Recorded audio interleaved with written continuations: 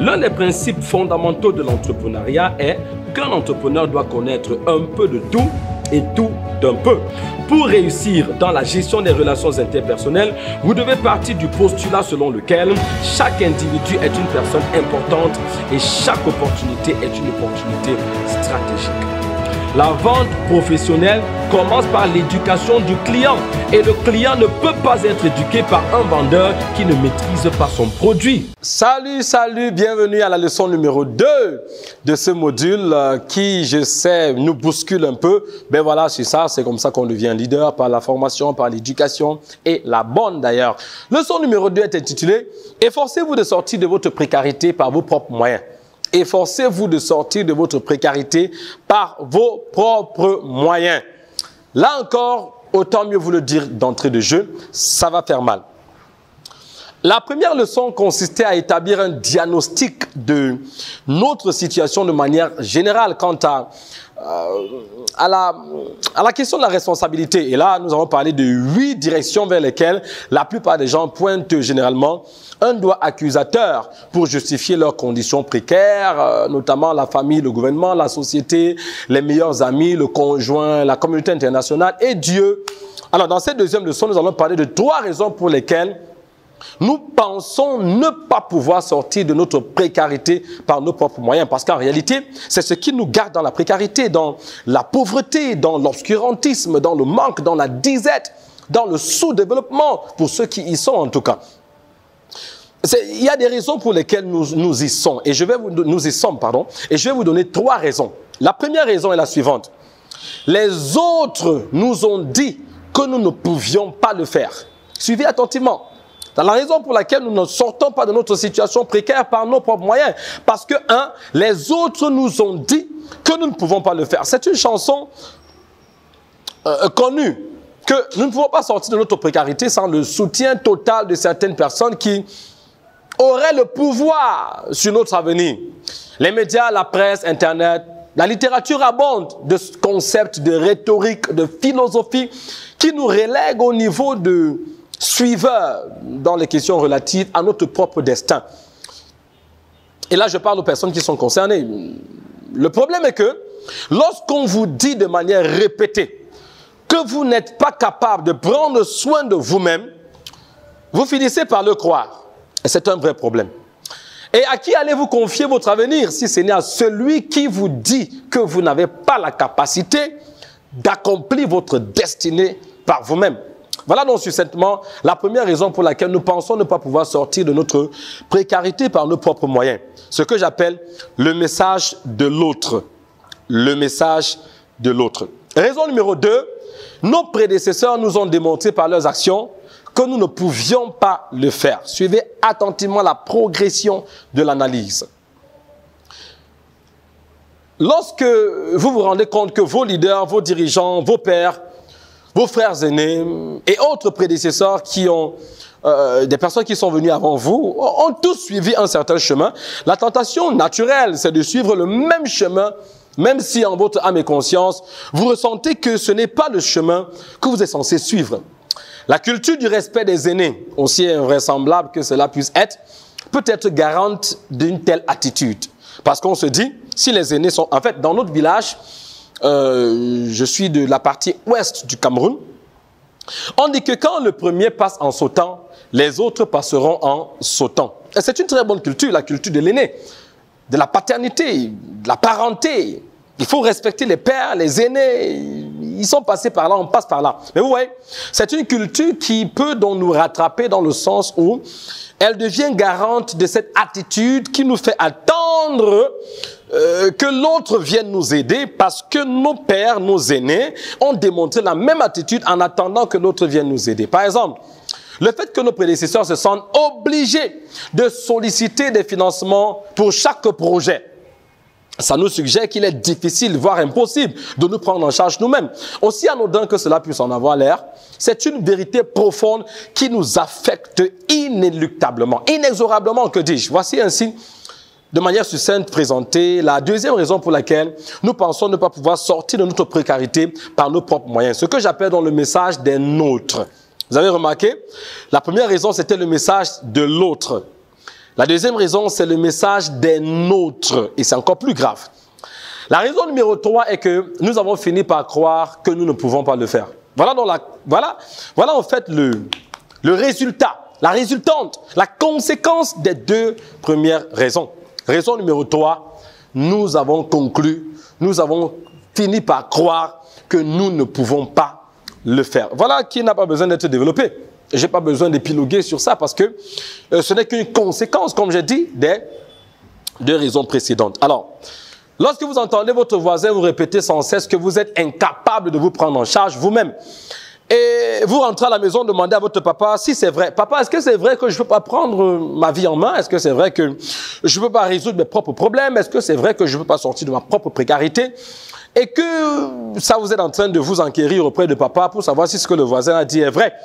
Et que votre papa se met à gratter la tête et à balbutier, vous n'avez pas besoin d'être un Mozart pour comprendre que ce que le voisin vous a dit est vrai. Alors, lorsque pendant longtemps, vous avez écouté ce message subliminal vous concernant, vous finissez par l'intégrer jusqu'à ce qu'il devienne vôtre. Voici la troisième raison pour laquelle nous pensons ne pas pouvoir sortir de notre précarité par nos propres moyens.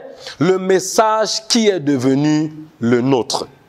Le message qui est devenu le nôtre. Maintenant, nous avons vu ces trois raisons pour lesquelles nous croyons que nous ne pouvons pas sortir de notre situation difficile, situation financière, situation sociale, situation économique, situation de développement, ainsi de suite. Nous ne pouvons pas sortir de là par nos propres moyens. Alors, regardons 3 étapes qu'il faut suivre pour pouvoir remettre les pendules à l'heure et comprendre que nous devons nous bâtir une propre philosophie du succès, une philosophie qui est la nôtre. Je vous donne donc 3 étapes rapidement. 1. Croyons que nous pouvons financer nos propres projets. Voici là où ça commence. Nous devons croire, en tant que peuple, en tant que village, en tant que société, en tant qu'organisation, en tant que communauté, nous devons croire que nous pouvons financer nos propres projets. La responsabilité n'est pas un concept complexe. Je vais répéter ça. La responsabilité n'est pas un concept complexe. Être responsable, c'est tout simplement être capable de prendre soin de soi-même. Il s'agit ici de croire que l'autogestion est possible et se mettre dans les conditions qui créent les possibilités d'un éventuel changement. C'est possible. Il est temps de croire que nous pouvons financer nos propres projets. Et ceci est valable tant sur le plan collectif que sur le plan individuel. Ça veut dire qu'en tant qu'individu, vous devez croire que vous pouvez financer vos propres projets. En tant que collectivité, en tant que communauté, en tant que peuple, nous devons croire que nous pouvons financer nos propres projets. Apprenons à le faire. Apprenons à financer nos propres projets. Apprenons à penser non seulement en termes de projets, mais aussi en termes de moyens de susciter des fonds propres pour pouvoir réaliser nos projets. Apprenons à faire bon usage de nos atouts économiques, nos atouts sur le plan humain, nos atouts sur le plan socio-culturel, ainsi de suite, afin de pouvoir créer le climat dans lequel nous désirons vivre. Au moins, commençons par un point de départ qui est simplement celui de croire. Là, je parle de croire, je ne parle pas encore de faire, parce que tout commence dans la tête. Oh que oui, la mentalité définit la destinée. Donc tout commence par la tête, tout commence dans notre esprit. Si nous pouvons déjà croire que nous pouvons financer nous-mêmes nos propres projets, alors nous aurons enclenché le processus. Étape numéro 2, j'ai dit je vous donne 3 étapes. Étape numéro 2, sortons de la mentalité de demande d'aide. J'ai dit que ça allait faire mal. Le module est intitulé « Comment développer le sens de la responsabilité ». Ne vous attendez pas à être cajolé. Étape numéro 2, sortons de la mentalité de demande d'aide. Je voudrais m'attaquer à un phénomène récurrent, surtout en Afrique. Donc, si vous êtes en train de suivre ce module et que vous êtes africain, c'est surtout à vous que je parle. Beaucoup d'autres parties du monde le font, bien sûr. Mais en fait, tout le monde demande de l'aide. Mais vous savez, quand on parle de se libérer de la domination, de l'influence extérieure en Afrique, parfois, apparemment, ce n'est qu'un slogan parmi tant d'autres. Et ça fait mal. C'est notre responsabilité d'apporter un changement en changeant les mentalités. Comment expliquer que pratiquement tout ce que nous voulons réaliser comme projet doit être financé par quelqu'un d'autre? Mais comment on explique ça? C'est une mentalité qui malheureusement, a conquis, je vais même dire phagocyté, notre espace socioculturel. Nous devons retenir que la mentalité excessive et absolue de dépendance est un frein au développement et un obstacle à la véritable liberté. Je vais répéter cela. Je vais le répéter, il faut que ça ancre. Alors, je vous conseille de rejouer, c'est-à-dire que faites rewind, rejouer, rentrez un peu et rejouez cette phrase jusqu'à ce qu'elle entre.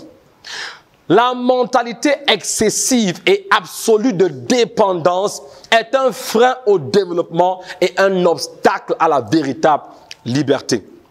Sur le plan de l'activité sociale, parce que j'ai une association, bon, je suis fondateur d'une association en dehors des entreprises que nous dirigeons. Mon épouse est également coordonnatrice d'une association qu'elle a créée, EMUDEC. J'ai créé une association dans mon centre. Et nous sommes tous deux coordonnateurs de ces organisations à but non lucratif qui ont, voilà, je l'ai dit, statut juridique et association. Alors, à plusieurs reprises, j'ai été confronté à des questions relatives au fait que nous ne sollicitons pas de financement pour nos œuvres caritatives. Et ma réponse a toujours été la même depuis plus de 5 ans et elle reste inchangée. Si on veut apporter un véritable changement dans 10 ans, 20 ans, nous devons nous défaire qui s'érige en obstacle à notre cause, que je pense être une cause noble. Il est vrai que beaucoup de gens ont accompli des choses incroyables en bénéficiant des appuis financiers au niveau national, au niveau international. D'ailleurs, il y a des organisations qui ont pour objectif de financer, d'appuyer, même sur le plan local, je parle là des pays, dans les différents États, pas forcément la communauté internationale, oui. Mais la vérité est que la programmation mentale n'est efficace que lorsqu'elle est subtile. Celui qui est intelligent sait la reconnaître et il sait éviter de se soumettre à ce jeu. Alors, je vais éviter la polémique quand même, n'est-ce pas? Précisons que toute aide a plusieurs types de raisons. Lorsque quelqu'un vous donne une aide, il y a plusieurs raisons. Il y a les raisons qui profitent à celui qui donne de l'aide et les raisons qui profitent à celui qui reçoit l'aide. Et je tire ma révérence. Étape numéro 3. Encourageons les autres autour de nous à en faire autant, c'est-à-dire à décider de promouvoir leur propre projet par leurs fonds propres. Je voudrais poser une question difficile à répondre pour plusieurs acteurs de la société civile. La question est simple, mais elle est très profonde. Quelles sont les véritables raisons pour lesquelles vous avez créé vos organisations? Nous parlons de développer le sens de la responsabilité. Quelles sont les véritables raisons pour lesquelles vous avez créé l'association dont vous êtes le coordonnateur ou le président? Quelles sont les véritables raisons pour lesquelles vous avez créé l'ONG dont vous êtes coordonnateur ou président? Nous allons parler dans une prochaine leçon. Alors, faisons un résumé rapide. 3 raisons pour lesquelles nous pensons ne pas pouvoir sortir de notre précarité par nos propres moyens. Raison numéro 1, le message de l'autre. L'autre nous a dit que nous ne pouvions pas le faire. 2, le message des nôtres. Nos prédécesseurs nous ont démontré par leurs actions et leurs décisions que nous ne pouvions pas le faire. Et 3, le message qui est devenu le nôtre. Nous avons fini par croire ce que l'autre nous a dit et ce que les nôtres nous ont démontré. C'est tragique, n'est-ce pas? Et maintenant, nous n'avons pas des étapes à suivre pour sortir de cette façon de penser, de cette philosophie. Étape numéro 1, croyons que nous pouvons financer nos propres projets. Étape numéro 2, sortons de la mentalité de demande d'aide. Étape numéro 3, encourageons les autres autour de nous d'en faire autant. Le véritable changement ne commence pas par nos actions, mais par nos intentions. Si nous ne désirons pas changer parce que nous pensons qu'il n'y a rien à changer, alors il n'y aura pas de changement. Mais dès le moment où nous réalisons que le changement, quel qu'il soit, commence par notre perception de nous-mêmes, rien ne pourra nous arrêter. Je vous assure, rien ne pourra vous arrêter. Alors il est temps de faire en sorte que rien ne vous arrête, parce qu'en réalité, rien ne peut vous arrêter. Rendez-vous à la leçon numéro 3 de ce module qui est intitulée « Comment développer le sens de la responsabilité ». Champions for Life.